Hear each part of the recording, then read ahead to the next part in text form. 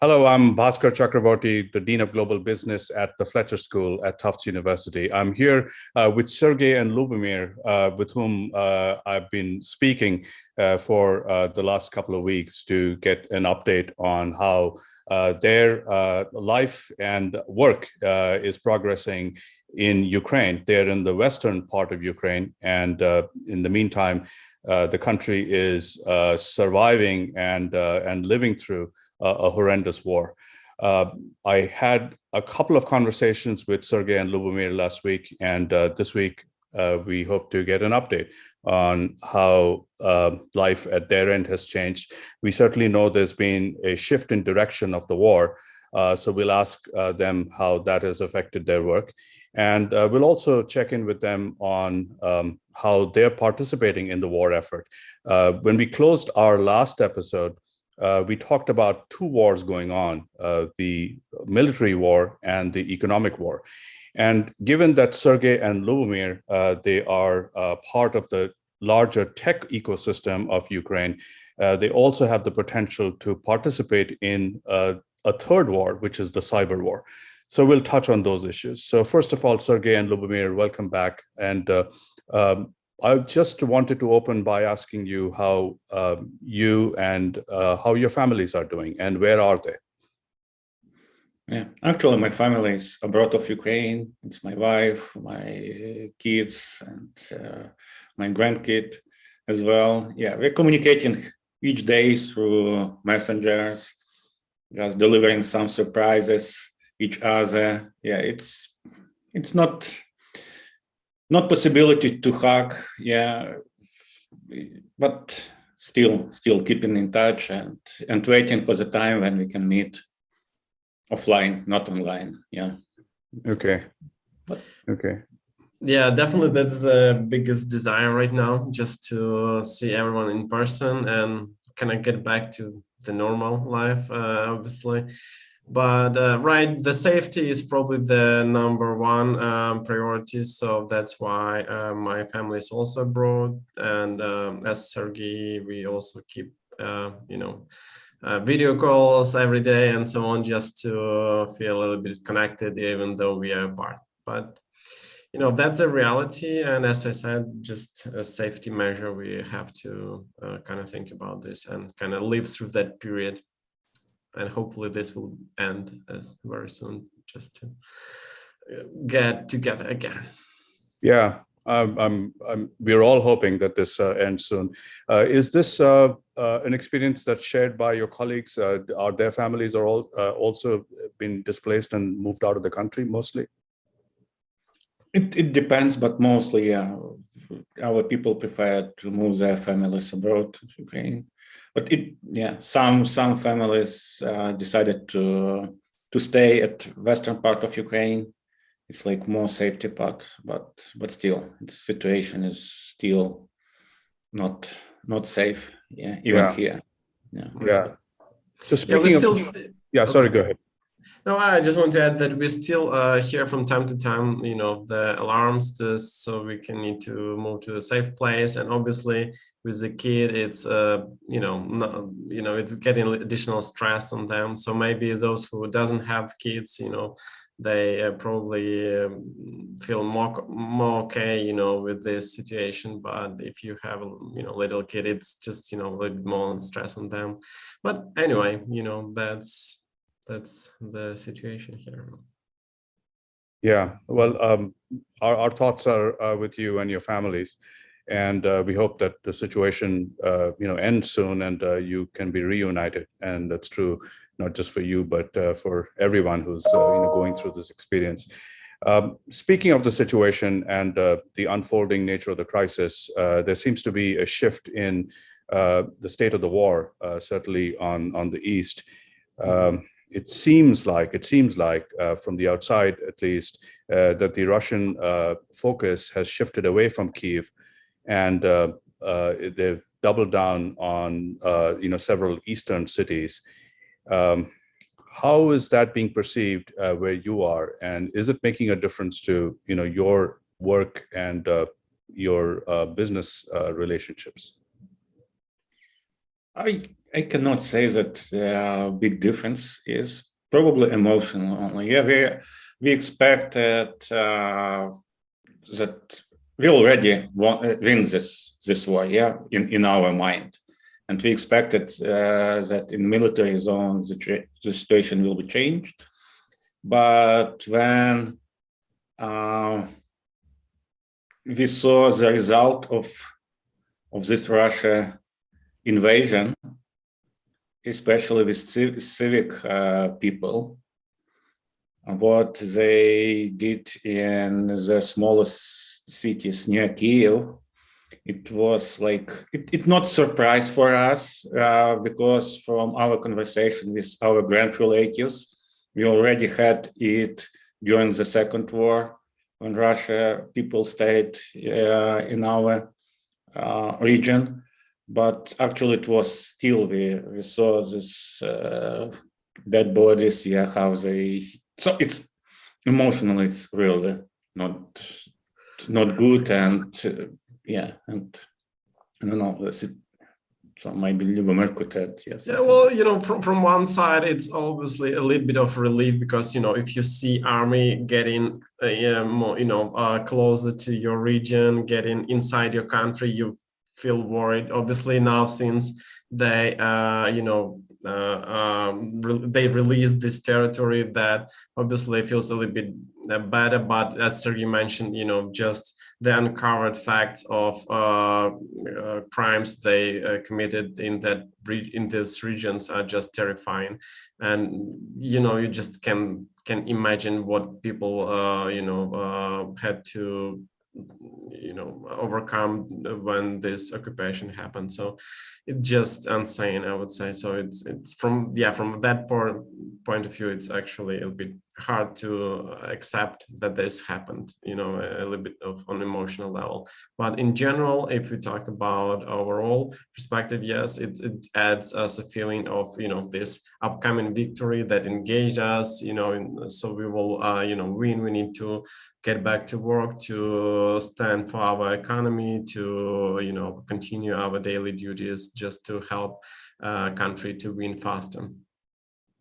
Yeah, so speaking of getting back to work, and of course, a big part of what lies ahead is getting the economy back on its feet. And you represent the tech industry, which is a critical pillar of that economy. How has work been, and how has that changed since we spoke last week?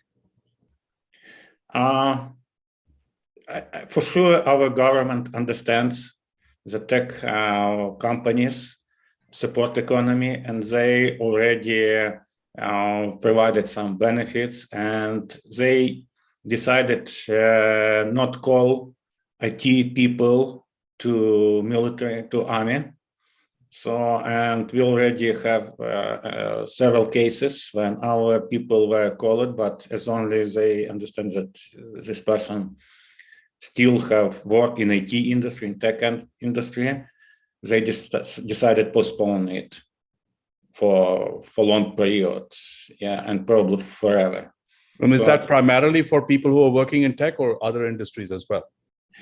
It's primarily IT. I know about IT, also agribusiness, and if you are doing something for military as well, yeah. Okay. So, yeah, it's like. And what other benefits is the government offering? I know that there's some tax benefits that are being offered. Could you elaborate on that for a bit? Yes, they decreased the taxes for people, but we decided to keep the same level of taxation in our company because we understand that it's very important. So we decided not use this benefit for us. Yeah, and pay taxes on the same level. So yeah, we have it, and some also we have a special like program. We call it a DSCT for tech companies. This program in our country, it's continuing to work. Yeah, and it's also like create some benefits for taxes, for how we pay taxes, not only from company, but also for employees, etc. Yeah. And we created several IT clusters in different regions that collaborate with government and just to support each other and to understand needs of each other. And main purpose of this IT cluster is not just to keep it's not to find the benefits for IT sector, but to find how we can collaborate and help our government, our army, and support economy. It's mostly about it. Right, and just to add, from one side, government obviously trying to do their best to help businesses, and like you mentioned, reduces the possible tax, so you can opt in for this reduced tax. But as you mentioned, we didn't.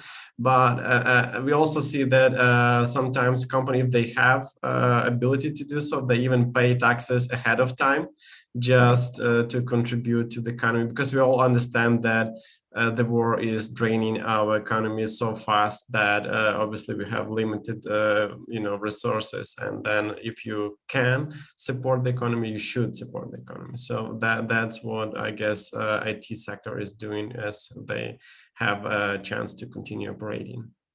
And so that's wonderful to hear. And these tax payments, is this all done electronically in Ukraine? Yes. Surprisingly, might be for lots of people, but now we can compare from other countries. Ukraine has a very modern system and very digitalized system as in regards to any government operations.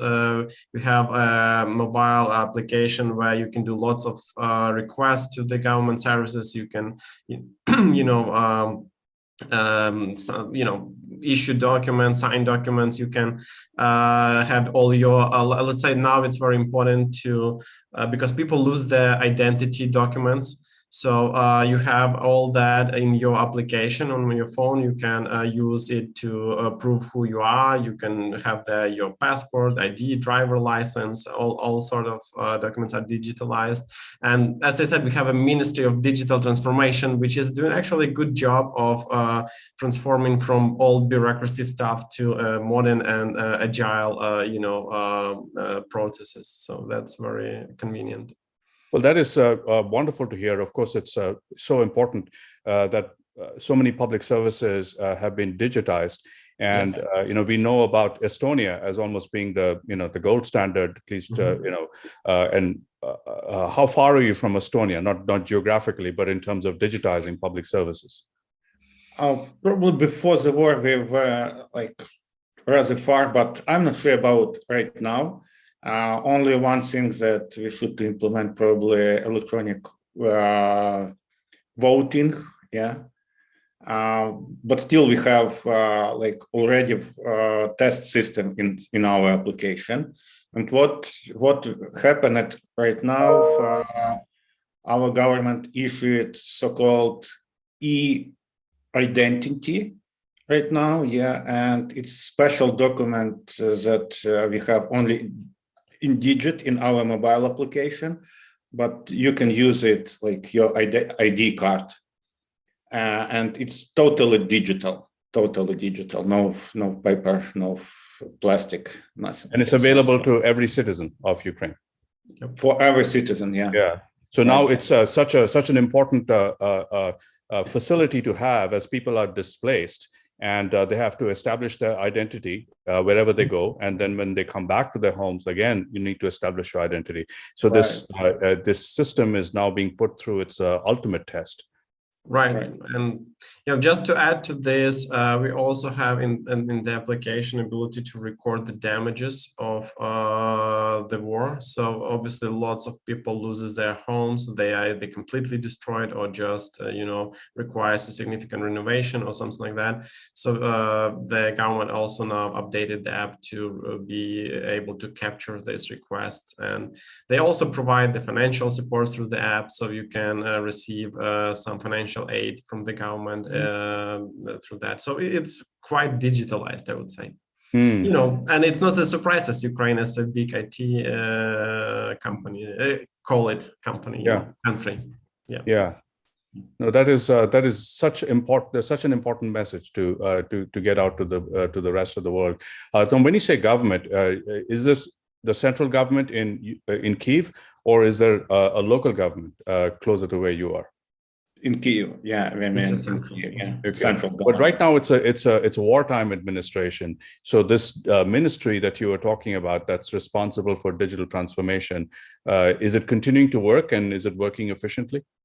Yes, for sure. And yeah, from my personal opinion, he is very efficient in his work, as he does lots of stuff to actually, and promote Ukraine and well, as other ministries as well, obviously, but also in helping people in this situation with digital services. We also have, different bots that can be used to help army to track the movements of Russian troops or other stuff, so we can report and they can now prevent fake bots from doing that by authorizing through this application. So if you want to report and make sure that it's a citizen of Ukraine who is reporting this, you can verify your identity through that.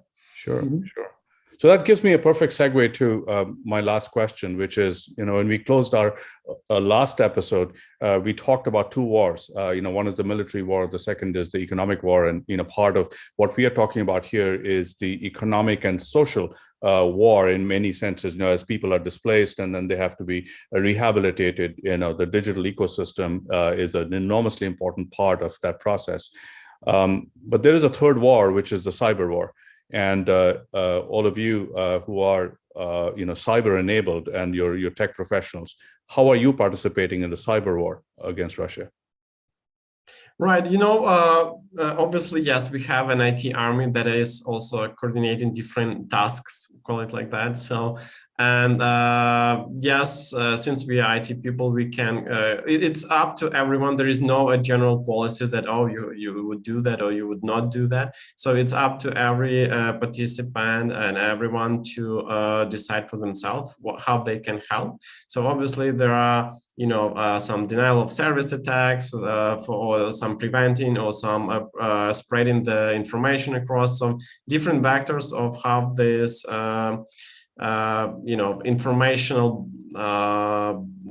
information can be spread across, or some different goals can be achieved. So yes, that's where I know that personally that people participate in these activities. Just obviously we separate that from the work. It's our personal activity and it's not connected to the work itself. Yeah. So it's not being coordinated by the government. It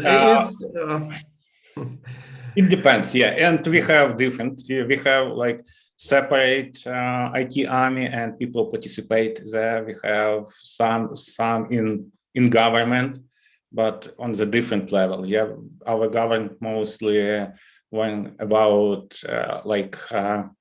working with people who sent messages discovering Russian troops from occupied territories. But we also, our people, our IT and tech people fighting with Russia propaganda. Yeah, and it's not coordinated by our government, but with other people.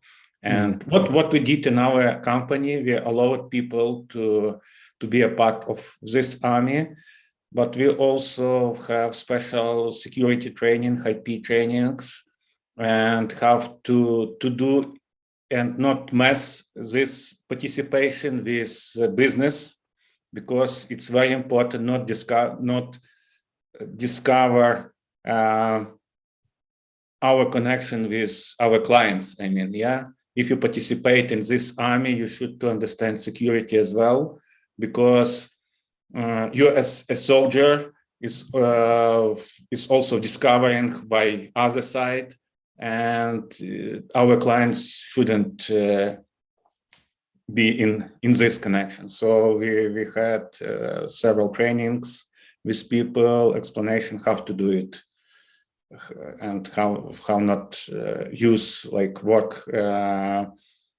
network, not use laptop where if you connect it with clients. So yeah, it's several special instruction for them provided.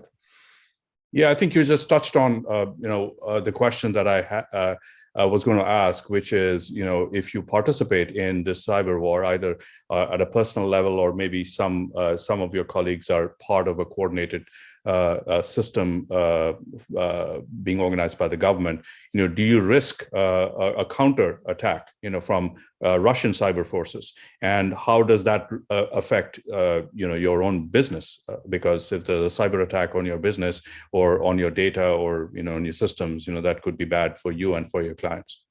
Well, right, then I guess that's why Sergiy mentioned, we obviously do that with some security, aspect. It's not like you will expose your direct location or direct connection. You will obviously secure yourself with some VPN connection and, some firewalls and other stuff. So, we know how to do that so that it's not impacting the business. Right. And speaking of business, has it changed since last week? Are you seeing more, less, the same? If I can say, I can, because I work with the new clients a lot and, new opportunities and new projects. So really, we have now, received more requests to start new projects. And, we have started a couple of new projects recently. And the good thing that they are, some are just purely consulting, some are comparing, then consulting turns into active development. But it shows up that the world still perceives us as experts in IT, in both vectors, from the technical expertise and domain expertise. So that drives new clients to, at least for our company, what I can say that we have several new clients onboarded recently, and I know that a few more are coming up soon. Right, great. Right. That's great to hear, and let's hope that direction continues to pick up. One last question here: have you made any changes to your pricing, your service level agreements, or other things to account for the contingencies associated with this new somewhat different environment in which you're doing your work? No. Yeah, we expect an increase in some expenses because we started several new activities to support our people moving to different regions, but it's increasing in expenses, not changes in our pricing. We are keeping everything on the same level, almost on the same level. So it's no big changes for our company, but I know about other companies, so it's probably not so good as in our company. Yeah, but still in average, the tech companies Ukraine is doing on the same level. Okay, right. And if you stay historically, obviously since overall, on the Ukraine IT market, when the war started, there was obviously a little bit of shock. There was a decrease, less vacancies, less hirings. Some companies were afraid. The clients of IT companies in Ukraine were afraid. Some may be frozen, some future investments till there will be more clarity on this. Right now, what we see during these recent weeks and days, that the situation started to recover. So the graphs of new openings, new hirings are starting to get increased again. So it seems like this initial shock and initial warnings are now communicated, explained, how companies will deal with that, and that's where we also put a lot of efforts into work with our clients to communicate how we deal with these uncertainties. And another part is being transparent. So we obviously, if we see there is a risk with some people, we kind of communicate that clearly and how we will mitigate that. We also can say, okay, if potentially the project can be affected, we will continuously keep clients updated and provide transparency in the matter of, let's say, how much time we have spent on this project. Well, if people were not able to work, then we will also communicate that, and just to be very transparent with the clients.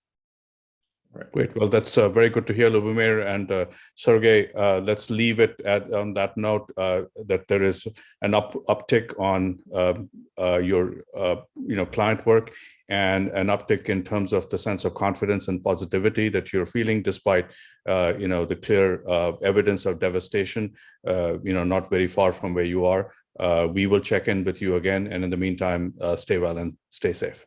Yes, And thank this is you. Bhaskar Chakravorti, Dean of Global Business at the Fletcher School at Tufts, signing off.